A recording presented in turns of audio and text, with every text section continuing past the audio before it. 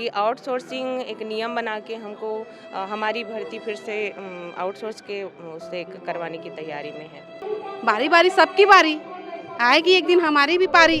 छत्तीसगढ़ में भारतीय जनता पार्टी की सरकार को 1 साल होने वाले हैं और इन 1 सालों में कई विवाद जुड़े भी रहे, कई लोग धरना प्रदर्शन करते रहे और उन्हीं में से एक जो छत्तीसगढ़ के धान खरीदी केंद्रों में जो कंप्यूटर ऑपरेटर बैठते उनकी भी अपनी मांगे थी, जिनको लेकर वो कुछ समय पहले तूता के धरना स्थल पर बैठे थे। ओपी चौधरी के घर पर मिलने गए थे, उनको वहां से पुलिस ने खदेड़ा।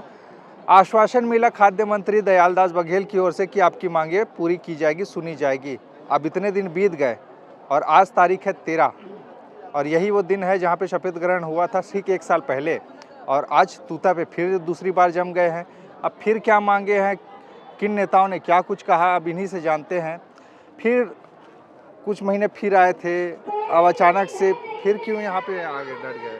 क्योंकि हमारी मांगों पे कोई विचार नहीं हो रहा है सर, इसलिए वापस आना पड़ा हमको भरे धान खरीदी के अवधि के बीच में। क्योंकि अभी 37 दिन का जो हमारा हड़ताल पीरियड था, तो 24 अक्टूबर को खाद्य मंत्री और स्वास्थ्य मंत्री से जायसवाल जी के द्वारा हमारे साथियों को, प्रांतीय टीम को बुला करके आश्वासन दिया गया था कि आपकी मांगों पे कैबिनेट पे रख के विचार किया जाएगा।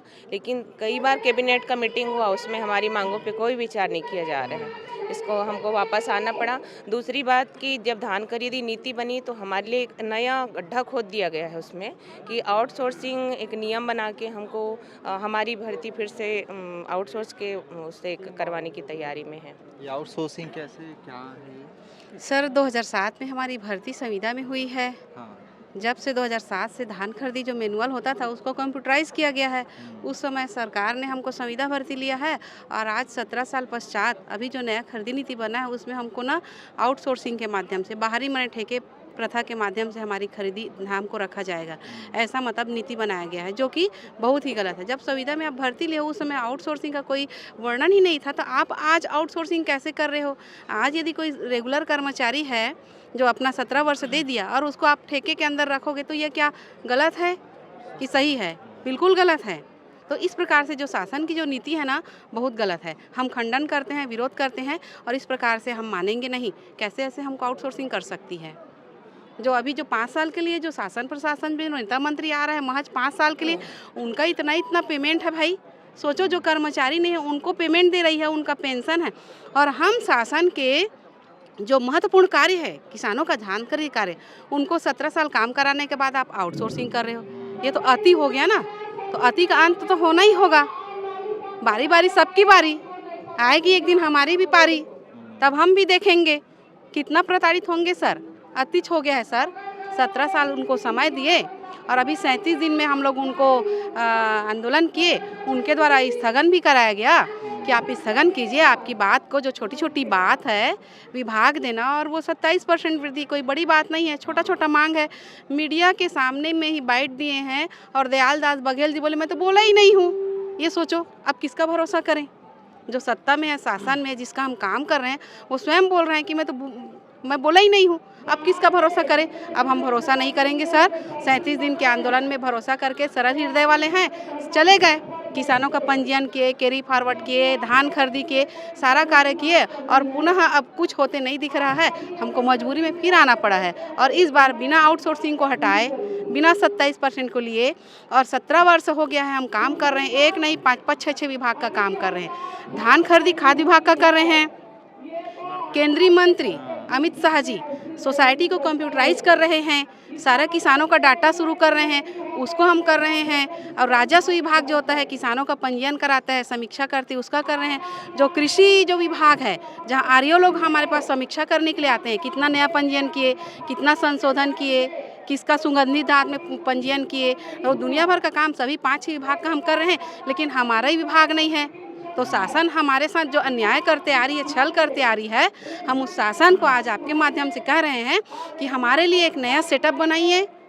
जिस प्रकार से शिक्षाकर्मी का एक नियम नहीं था, एक संविलियन का प्रावधान नहीं था, रेगुलर का प्रावधान नहीं था, उनके लिए बनाए। तो हम भी तो यहीं छत्तीसगढ़ के एक कर्मचारी हैं, उनकी तरह हमारे लिए एक व्यवस्था कीजिए।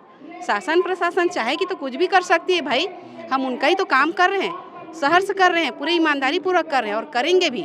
अब उनकी बारी है कि हमारे लिए एक क्रेडर एक व्यवस्था बनाए, एक सेवा नियम बनाए और हमको पिछला 27% को भी दे, और जो नया गलत तरीके से जो आउटसोर्सिंग का जो प्रावधान खरीदी नीति में जो लाई है उसको विलोपित करें। अभी कुछ समय पहले कह रहे थे कि उस समय जब आए थे 9-9 महीना का वेतन नहीं मिला था, अभी मिला कि नहीं? नहीं, पुराना जो वेतन है तो मिल चुका है, लेकिन अभी भी कुछ जगहों पे अभी बकाया है, अभी शासन के द्वारा नहीं दिया गया है। जी।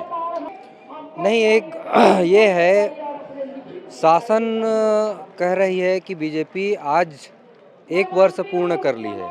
शासन सुशासन का हम सरकार चला रहे हैं, और बात है कि 17 सालों से जो हम काम कर रहे हैं उनका जो मांग है और जायज़ मांग है उसको ध्यान नहीं दे रही है।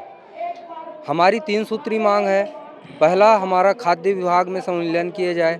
दूसरा है जो संविदा वेतनमान जो प्रदान किया जा रहा है शासन द्वारा, 1 साल से ज़्यादा हो गया है, सभी विभाग को मिल रहा है, हमको मिल नहीं रहा है। तीसरा, अभी नीति जो बनाई गई है उसके तहत 17 साल काम कराने के बाद आउटसोर्सिंग के द्वारा भर्ती लेने की बात कह रही है। तो मैं कहना चाहता हूं सरकार से, सरकार का एक मुख्य नारा है कि हम ही ने बनाया है और हम ही संवारेंगे। तो 17 साल से हमारा जीवन का महत्वपूर्ण अंश लेने के बाद, हमारी सेवाएं लेने के बाद अगर संवार नहीं पाई, तो सरकार किस प्रकार से ये नारा कहती है कि हम ही बनाएंगे, बनाया है और हम ही संवारेंगे। पिछले बार आए थे, उन्होंने बताया कि खाद्य मंत्री और जायसवाल ने कहा, अब क्या उम्मीद है? आज भी गए थे आप लोग? आज भी गए थे मुलाकात करने के लिए, हाँ। लेकिन अभी कुछ भी आश्वासन नहीं मिल पाया है। तो उसके बाद कुछ हुआ कि नहीं हुआ? जैसे आश्वासन उस समय मिला कि कुछ करेंगे आपके लिए, तो उस समय कुछ पहल हुई सरकार की ओर से? नहीं, बिल्कुल भी कुछ भी पहल नहीं हुई है। और जो हम 37 दिन का हड़ताल किए थे उसको कार्यावधि मानने के लिए जो है मंत्री महोदय द्वारा बोला गया था, लेकिन अभी तक किसी भी अधिकारी के द्वारा ऐसा कुछ आदेश निर्देश जारी नहीं किए गए हैं। तो अब तो धान खरीदी चल ही रहा है और इस बीच में आप लोगों का धन प्रभावित नहीं होगा? प्रभावित होगा, जोर शोर से प्रभावित होगा।